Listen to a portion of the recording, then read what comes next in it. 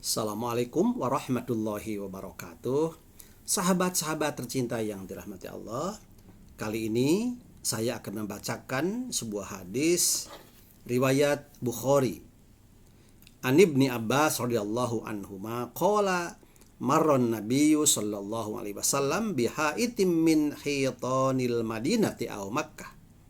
Diriwayatkan dari Ibnu Abbas radhiyallahu an, dia berkata, suatu ketika Nabi Shallallahu Alaihi Wasallam melintasi suatu pekuburan di Madinah atau Makkah. Fasami'a sauta insanaini yu'adzibani fi kuburihima. Beliau mendengar dua orang yang sedang disiksa di dalam kuburnya. Faqala Nabi Shallallahu Alaihi Wasallam yu'adzibani wa ma yu'adzibani fi kabirin. Lalu beliau bersabda, dua orang ini disiksa karena telah melakukan dosa besar. Tsumma qala, bala kana ahaduhuma la yastatiru min baulihi wa kanal akharu yamsi bin namimah.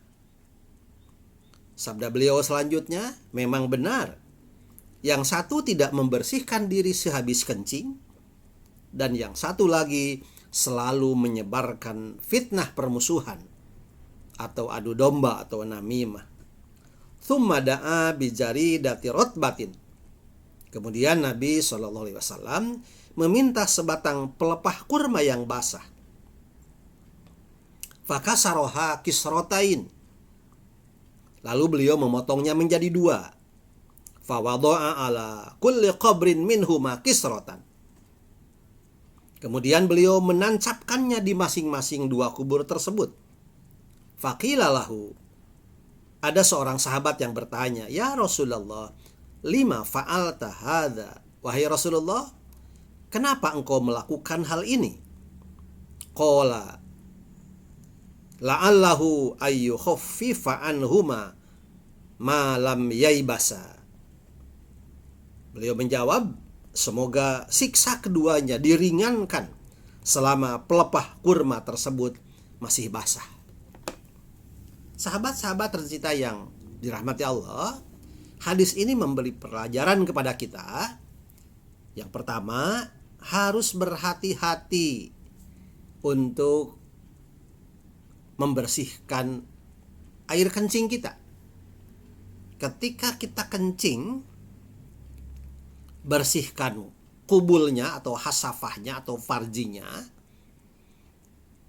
Kemudian jangan sampai ada air kencing yang menempel di pakaian kita, apalagi pakaian itu kemudian dipakai untuk salat, karena air kencing itu najis, maka menjadi tidak sah salatnya. Kemudian juga jangan sampai air kencing kita itu menempel di mana-mana, di tempat-tempat yang, apalagi tempat umum yang sekiranya orang lain akan kena terhadap kencing najis itu. Nah, apabila kita tidak berhati-hati untuk kebersihan air kencing kita, maka itu adalah merupakan perbuatan dosa besar yang mengakibatkan nanti mendapat siksa kubur. Dalam hadis yang lain, ada hadis riwayat Hakim, aktsaru adzabil qabri minal bauli. Kebanyakan siksa kubur itu adalah karena kencing. Jadi kencing yang tidak dibersihkan.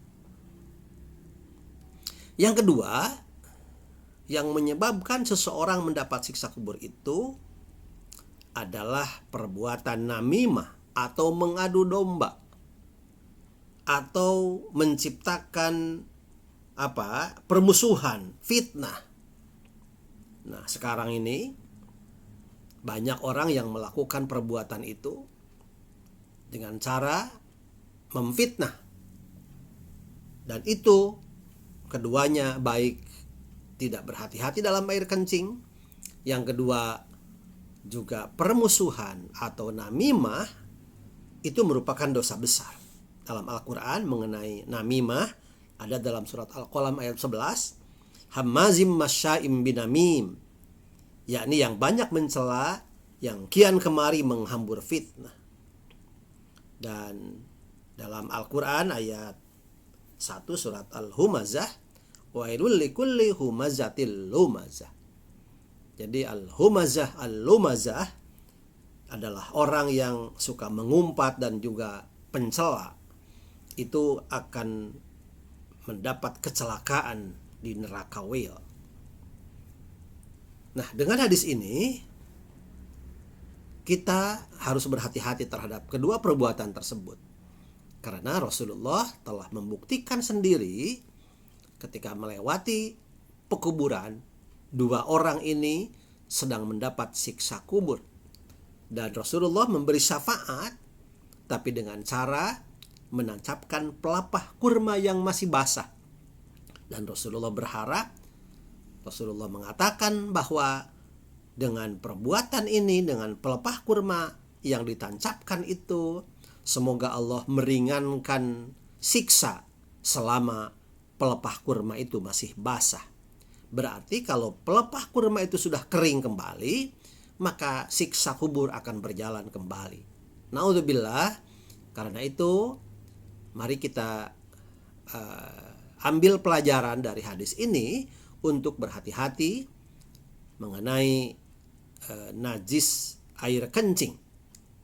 Yang kedua, untuk berhati-hati agar jangan berbuat namimah, mengadu domba, memfitnah, menciptakan permusuhan.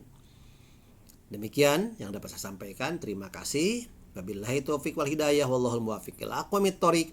Wassalamualaikum warahmatullahi wabarakatuh.